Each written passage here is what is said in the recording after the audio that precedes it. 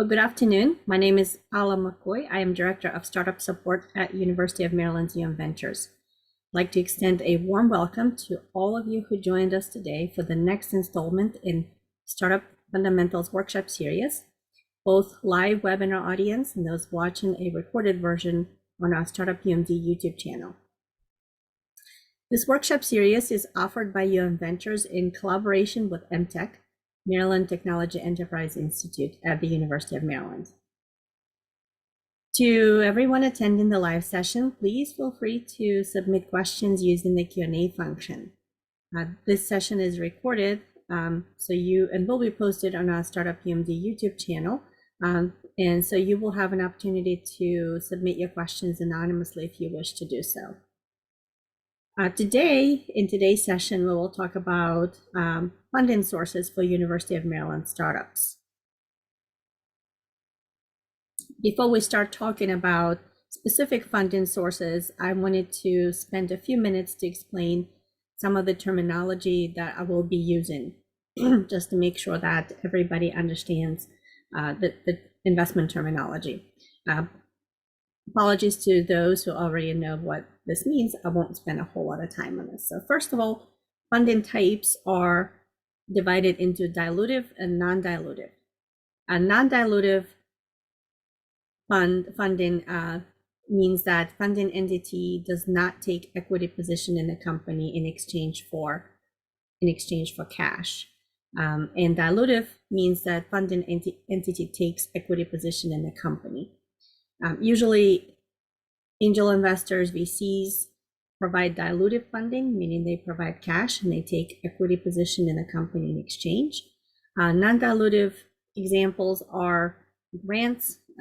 You are receiving cash, however, you're not required to issue shares in return for that.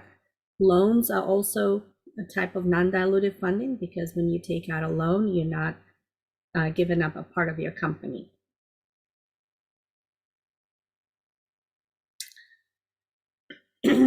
So there are also funding types depending on where the funding is coming from. So self-funding is usually the very first type of funding that's coming into the company. This is where founders put their own money into the startup. It's really important because it proves commitment and skin in the game. When you go and talk to investors down the road, they usually ask how much of investor or how much of founder funding is in a company, because to them, if you haven't invested any of your own money into your company, why would you ask them to put their money in it? So it proves skin in the game. However, you have to be very careful not to risk your family's financial security. It's usually not a good idea to mortgage your house or run up credit cards. And you always have to make sure that you have your family's full support and your family is comfortable with the amount of money that you are investing in your company. So self-funding is the first money. Usually the next set of funding that's coming into the company are grants. Grants are non-dilutive, meaning that you don't have to give up a portion of your equity. They also don't need to be repaid, unlike loans. However, when you're taking on a grant, you have to be very careful and pay attention to what requirements are coming along with the grant. Sometimes the deliverables under the grant are not necessarily exactly what your business deliverables should be. You have to be careful not to take on any grants that would distract you or would provide too much onerous work, reporting and such. However, grants are usually one of the best very early stage financing mechanisms. So some of the most known or best known grants for startups are SBIRs, Maryland Innovation Initiative through TEDCO, and NSF I-Corps, and we'll talk about those. And there was a question submitted if I will be sending a recording out. The recording will be posted on our Startup PMD YouTube channel, and I'm also happy to share the slides. So if anybody wants to have a copy of the slides, please let me know. I'm happy to share those as well.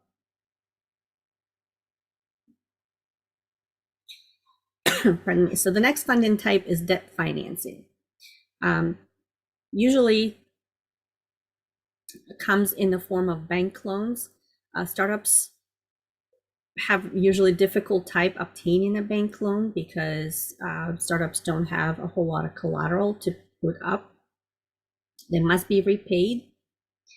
And in the case of a startup, when the company doesn't have collateral to put up to secure the loan, usually the owners or whoever is taking on the loan will be asked to sign a personal guarantee. So make sure that you understand the requirement and make sure that your family is okay with any personal guarantees that you have to sign. SBA, Small Business Administration, facilitates loans for small businesses where a personal guarantee is not required. So that's another really good way to finance your business. And you can look at and search for such loans at sba.gov in that URL. And the federal government, through this loan program, subsidizes and underwrites those loans, and thus the banks do not require personal guarantee from the founders. Next type of funding is equity financing. This is the one you probably heard about.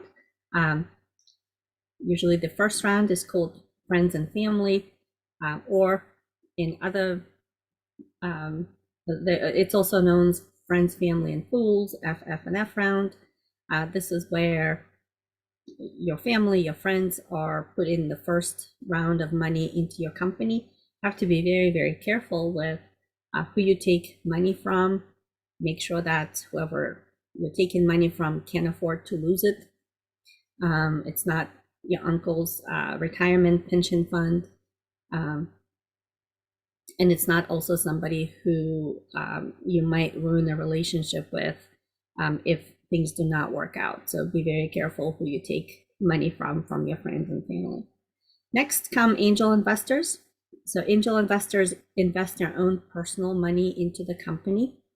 They usually invest in an industry they understand well, and where they can provide support to the company, either in the form of advice.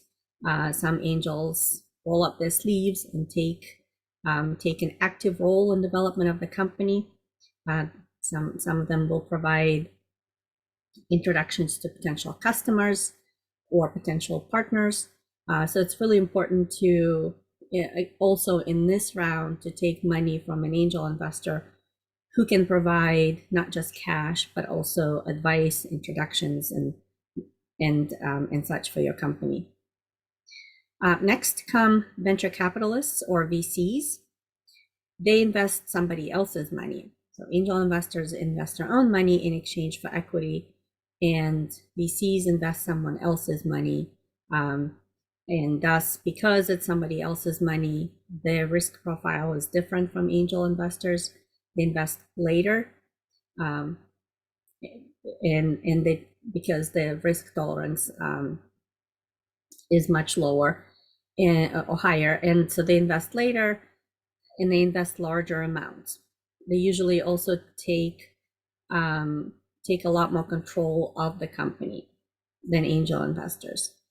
So all of the equity investors put cash into the company in exchange for stock, board seats. Angel investors may not necessarily take a board seat. Usually VCs will take a board seat or two, depending on how much money they're putting into your company.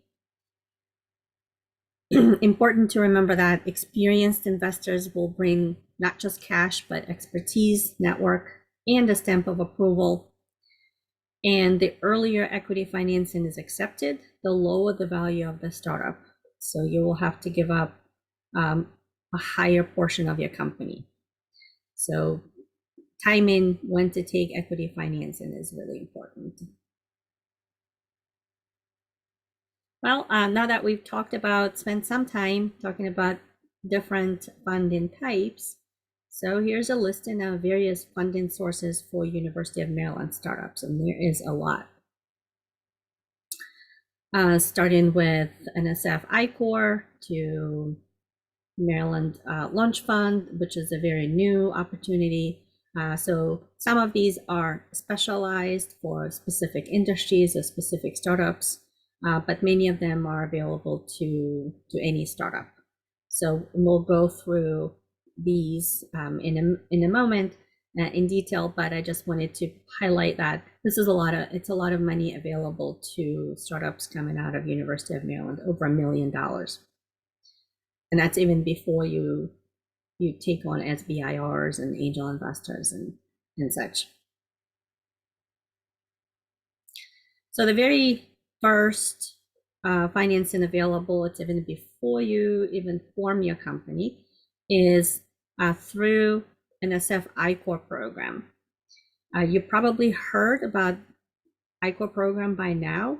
University of Maryland is a node in the NSF I-Corps program. We have a fantastic, one of the best in the country team of instructors right here on campus. And they are currently recruiting for a 2-week NSF I-Corps program that will be conducted in October. The 2-week program doesn't come with any funding. It's free to participate, but it paves the way to the national NSF I-Corps. That program comes with $50,000 to conduct customer discovery. Really, really important, very early stage before the startup is formed. That's non-dilutive, it's a grant. One thing to note is that going through NSF I-Corps program not only provides you opportunity to conduct customer discovery and you gain valuable skills that you will be using throughout your life on how to talk to customers, how to obtain information, what information is important. Not only it's a valuable skill set that you will and information that you will gain through the program, it also significantly increases chances of obtaining TEDCO and SBIR funding down the road. Also, many venture capitalists and angel investors look very positively at anybody who went through the NSF I-Corps program. Next, this is one of the newest funding programs at university system. So it's available to any University System of Maryland affiliated companies. They could be for-profit, it could be nonprofit, and affiliation means it could be a student, alumni, faculty, staff. The first pilot ran this spring, and they awarded funding either as grants or investments, somewhere between $1,000 and $50,000. The first pilot is already closed. However, you can visit the URL listed here and register so that you can be notified of future rounds. They are planning to make these awards or open these rounds about 2 times a year. So if you're interested, go ahead and pre-register so that you will be notified when the next opportunity comes around. Not a whole lot of money, but it's a fairly easy application process and would be very worth it. For those working on medical devices, University of Maryland's Fischel Department of Bioengineering is now managing medical device development fund. They provide funds for 3 to 9 months project to advance your medical device technology up a TRL level. So you would apply through the Fischel Department of Bioengineering, and they will have the information on how to get, and the money would come to your lab as research funding. So again, all of this could be applied for even before you form your company. The next step or the next funding opportunity available, and this one's also before you start your company, is available through TEDCO, which is the investment arm of the state of Maryland. The program is called Maryland Innovation Initiative. It provides funding to researchers trying to commercialize technologies out of 5 universities in the state of Maryland. We are one of the 5. And the first phase, called technology validation phase, it comes to a researcher's lab as research funding. So again, it's before you form your company. It's a grant, basically free money. It's $115K. There's no overhead, so the entire amount goes to your lab. The nice thing is you can get this money and you can use your university lab. You can use your students to do the work because it is considered a research funding. So out of 115K that goes to your lab, 10K is used to cover patent expenses if there are any. 15 is reserved for you to engage somebody to create commercialization plan and possibly do additional customer discovery. And 90K can be spent on PI and postdoc or student salaries. You can buy equipment, you can rent equipment, materials, hire contractors. But basically, it's a 9-month project where you would be doing some sort of validation testing of your technology. You could be building a prototype, you could be testing your prototype, anything that proves that your technology works. At the same time, developing commercialization plan so that at the end of this project, you would be ready to actually launch the company.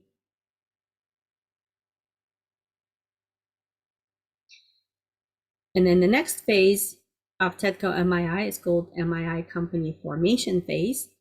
That money goes to the company. It's $300,000 that goes to the company in the form of convertible debt note. So this one is a dilutive. It could be either dilutive or it could be paid back as a loan down the road. But important thing here to understand, it's not a grant. However, it's very early stage financing that comes into the company very early, way before you would be able to get SBIR funding or angel or any other funding most of the time. And it's a good way to have that money so that you could establish, you could get your lab, you can get your equipment, you could pay some salaries, early salaries to early employees. And while you're waiting and working on getting your funding from SBIR or investors and such.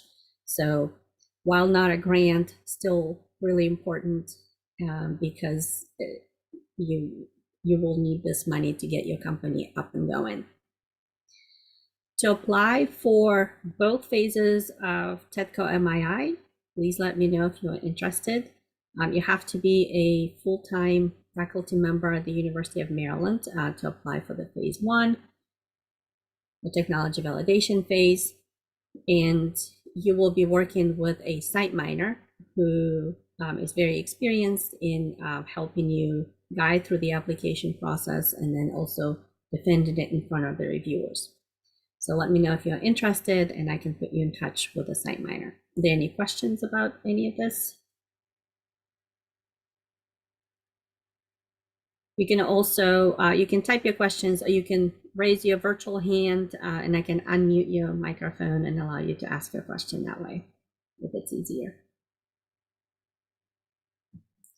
I don't see any questions, so we can move on.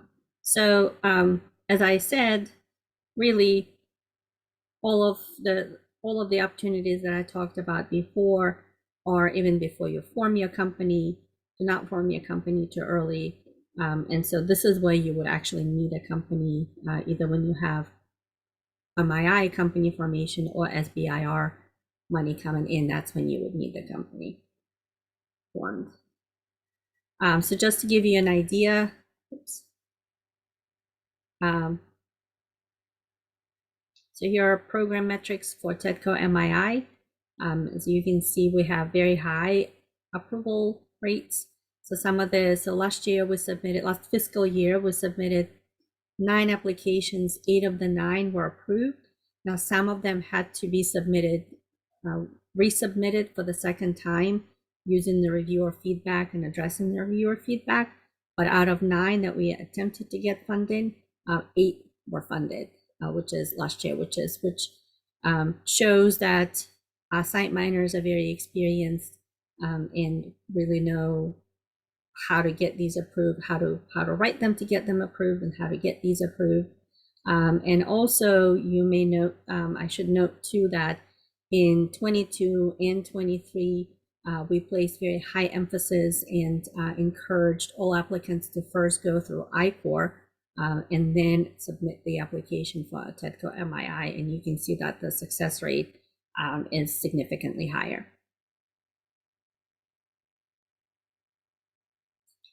Now, the next funding that you would apply for, or usually startups are encouraged to apply for, are Small Business Innovation Research, or SBIR.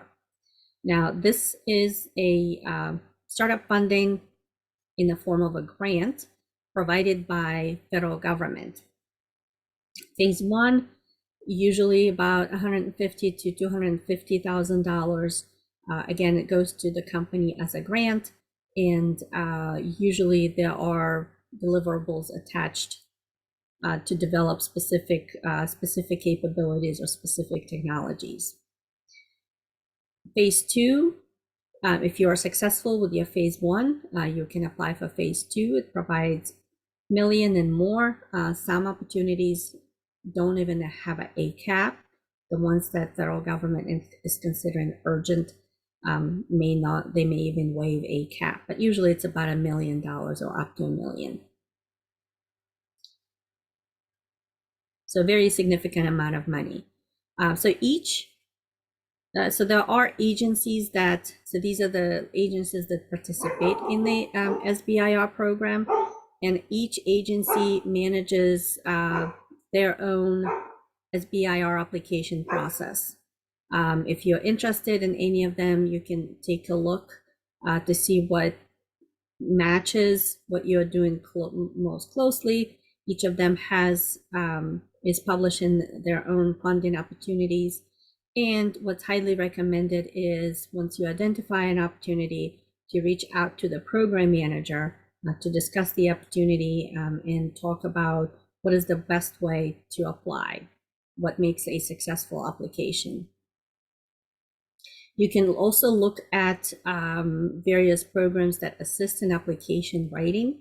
For example, if you received funding from TEDCO, you are eligible to participate in TEDCO's SBIR lab that they do every January. They offer every January. During the TEDCO's SBIR lab, they assist. It's basically a boot camp where the participants are guided through writing and producing SBIR application with the assistance of professionals.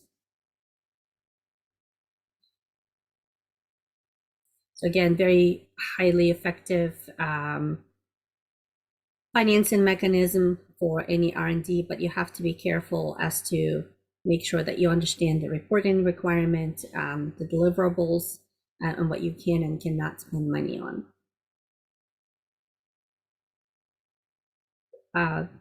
Next, I'd like to talk about the Discovery Fund. So Discovery Fund is managed by the University of Maryland on behalf of Prince George's County. So Prince George's County is providing this investment fund to invest on any company or any startup that will be located in Prince George's County. So it can provide seed stage, pre and early revenue financing. It could be, some of the awards could be smaller in the form of grants and rental assistance. And some of them that are larger would be a dilutive capital, either convertible debt or preferred equity. So they are looking to make investments between $50,000 and up to $300,000 per company. So if you're interested and you think your company is ready, you can contact Stan Smith to ask more questions. This is another very highly effective R&D financing mechanism.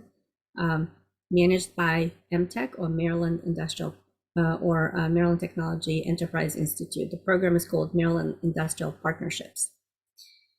It's a match and grant program. So a small startup company would put in $10,000. The university would match $90,000, and there would be a $100,000 budget that would go to a University of Maryland lab to do a project for your company. There's no overhead, so the entire amount would go to, again, pay salaries, buy equipment, buy materials and such. And the lab can do R&D, they can develop a prototype, or they can also do testing, efficacy testing, collecting additional efficacy data, whatever it is that your product needs. So for $10K investment, the company would get $100K worth of work out of the University of Maryland lab. They can match you with a lab if you need assistance. So it could be either a 1 or 2 year project. So you can get up to $180K if it's a 2-year grant. If you're interested, there's a URL and you can find out more information on how to apply.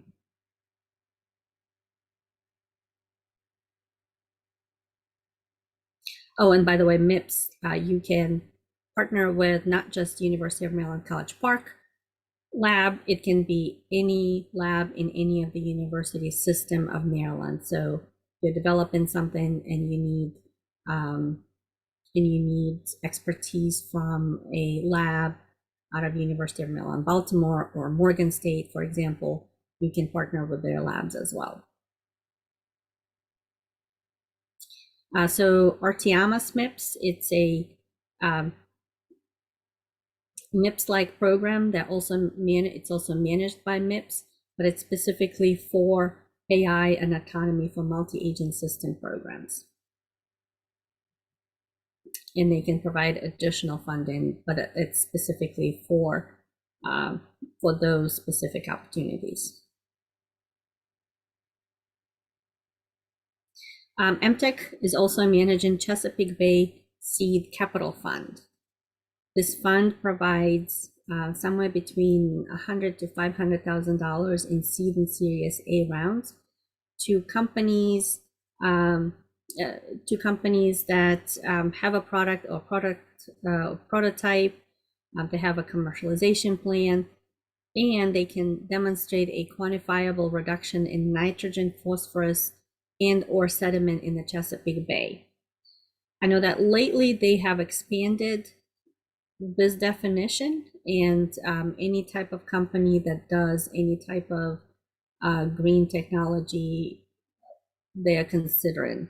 So if you're working on a clean battery next, or any type of green technology, you should contact them to see if their expanded definition qualifies, or if you qualify for their expanded definition. Scott Christensen at MTech manages this fund, so you can reach out to him at this email. And then there's Maryland Momentum Fund, also managed by the University System of Maryland. So any university from university system, any affiliated university, any affiliated startup can apply, and affiliation means that the owner or the startup founder must be University System of Maryland student, alum, faculty, or a licensee of IP from any of the university system universities or labs. They are not leading any rounds. They do matching investments. So you would need to have a lead investor, so somebody else who says they will lead the round and they will invest, say, $500,000 in your company. Then USM will consider co-investing alongside somebody else. But in any rate, please take a look, and while you're working and on building your company, you can reach out to Mike and talk to him, make sure he's aware of your startup and what you do, and talk to him about when he would be interested in taking a closer look at your startup.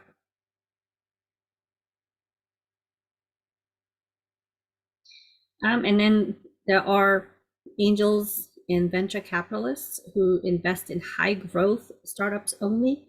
So angels and VCs will only invest in companies that are positioned to be sold within the next 5 to 7 years or so, because that's how they're making money. On our campus, we have Dingman Center Angels. It's an active angel investor group that operates out of the business school. They make investments in any startups out of the University of Maryland or state of Maryland. They don't necessarily care about affiliation with the university, but it's a good opportunity to familiarize yourself with how angel investors work and how the groups operate. We also have a partnership with Osage University Partners. It's a VC firm, and their mandate is to invest in university spinouts. So we share our deal flow, up and coming companies, and then once they're ready, we introduce them to some of our companies, and they consider investing in those companies. Then there's also crowdfunding. That's one of the latest mechanisms to invest or collect investment for your company. So there are several platforms out there. Start Engine is one of them. There are a few others. So you can basically collect angel investor type money for your startup, kind of Kickstarter style. You can find a list of angel groups and VCs online on platforms like Crunchbase. You can find more information about each VC firm. So whenever you are approached by somebody who claims to be an investor, always investigate, make sure that you do your due diligence, look them up on Crunchbase, see how big is their fund, what type of investments they've made. You can also look them up on PitchBook. PitchBook offers very limited free information, but you can find oftentimes some of the basic information. There are other mechanisms. So Gust is another platform where you can find information about angel investors specifically. I know that was a lot of information that I shared with you. I will be happy to share my slides with anybody who would like a copy. Please let me know. And I will also be posting this video on Startup UMD YouTube channel. So in the meantime, are there any questions that I can answer?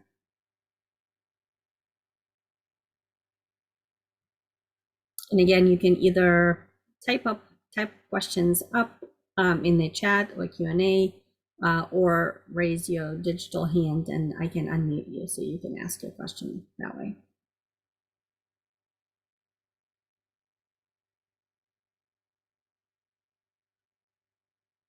So the question is examples of non-product companies that have received funding. So are you asking about non-product meaning physical product, like but software, or can you give me an example? So yeah, so services. So one example would be one good example would be INQ, and that's a quantum company. They received investment way before they were able to figure out what their product is going to be. Not high tech. An example of not high tech. Usually it's really difficult for a service company to receive equity investments or something that is not high tech, because they're usually not able to grow fast. And so it would be really difficult to find angel investor capital for those companies. However, you can get funding from SBA, SBA loans and such for those type of companies.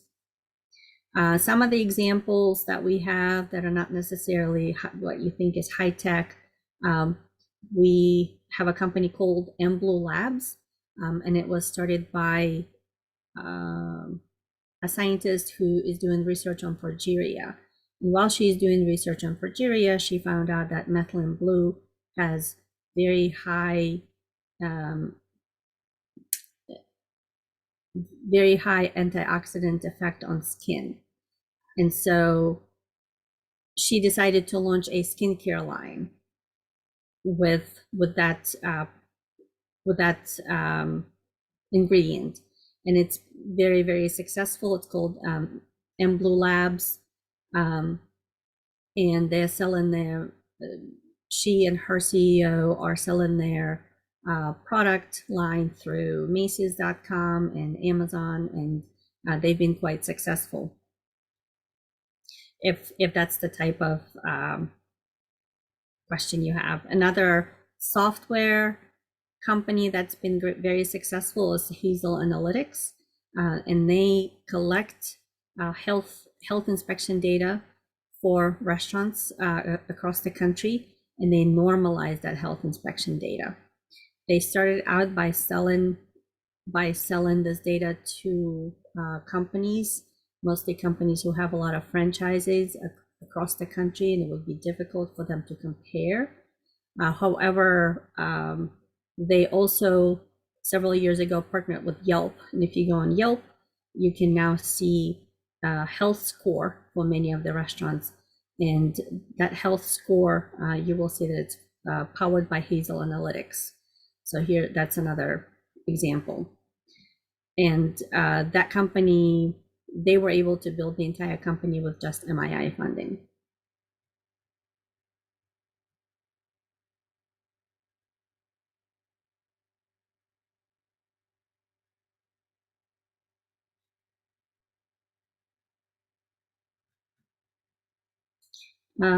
Let's see, we have answered all these questions. Are there any other questions?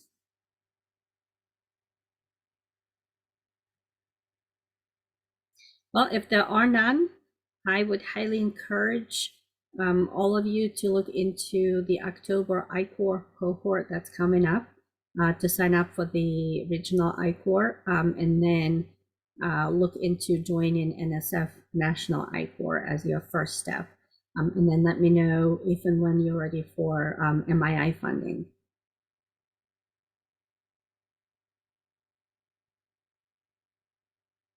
So again, I will be posting this recording on Startup UMD YouTube channel, and also happy to share the slides with anybody who wants.